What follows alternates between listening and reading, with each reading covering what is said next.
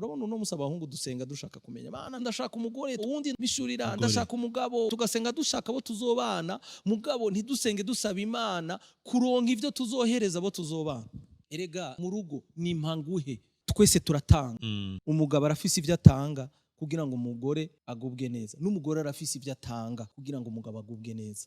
Mugabo iyo winjiye mu rugo witeze guhabwa gusa, mugabo utabanje kubaza Imana no gusaba Imana ivyo wowe uzotanga, ivyo uzokwemeza, ni kibazo Marvin. Mbe kubera ko abagabo dutangura turesha abagore bacu mu gihe tukibakeneye ko baba abagore bacu, mugabo bikaca birangira mu rugo ucitse umudiktatere ushaka ko ibintu vyose bikurikiza ara letre, kandi mu gihe wari kuramuresha waramuhendahenda kugira ngo umuronke.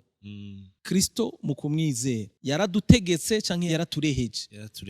Kristo mbega nabugingo nuba aracaturesha canke kubera twamaze kwizera cyavuga ati ubu rero ko mubaye abanje ani a beni b akadutwaza umukazo? No, araturesha, aratwereka inzira nziza kandi aratwihanganira mu makosa yacu, akatwereka uko vyabwirizwa kugenda, hanyuma akanadushoboza kubikora uko twabwirizwa kubikora. Nibwo buzima umugabo abwirizwa kubana n'umugore wiwe. Aho ni ku mugabo. Iki naco abagore barakigira icitwazo. Kubera iki bashaka ko tubumvira muri vyose, nanje kandi mbona ko atakinkunda canke n'ibindi abantu bitwaza kugira ngo bareke gukora ikijambo ry'Imana rivuga. Mbega umugore yokubaha avegrema, yokubaha gutyo nyene ivyo umugabo vyose avuze. Aha, voilà, urakoze cyane. Iyo kubaha kwa kuri inspire ukunda ishengero ryubaha Kristo, akaba ari ivyo bikwenspira mu kugira ngo wubahe umugabo wawe. Nubwo umugabo wawe yokubwira ikintu gicuramye muri rya jambo ry'Imana na bwa buzima bw'Imana, Imana iraguha ubwenge ingene nabijya bigoramye canke bicuramye ubicurura mu bugwaneza no mu rukundo,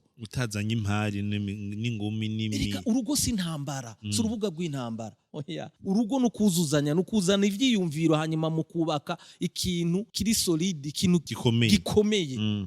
Ariko birababaje, mbona umega abantu ibintu vyose babigize intambara. Urategerezwa kunyubaha, undi nawe utankunze sinzokuba. Kweri ki mubigira intambara? No, bitegerezwa kuba ubuzima, kuko uwadukunze ntiyadukunze tubanje kunigana nawe, kandi no kumwubaha twebwe we ntabigira intambara. Araturesha hanyuma akatwigisha ingene tumwubaha. Bagabo mumenye ingene mwigisha abagore banyu kububaha, hanyuma kujya mushaka ko babubaha namwe muri gwa rukundo muhamagarirwa kubakunda harimo no kubaha.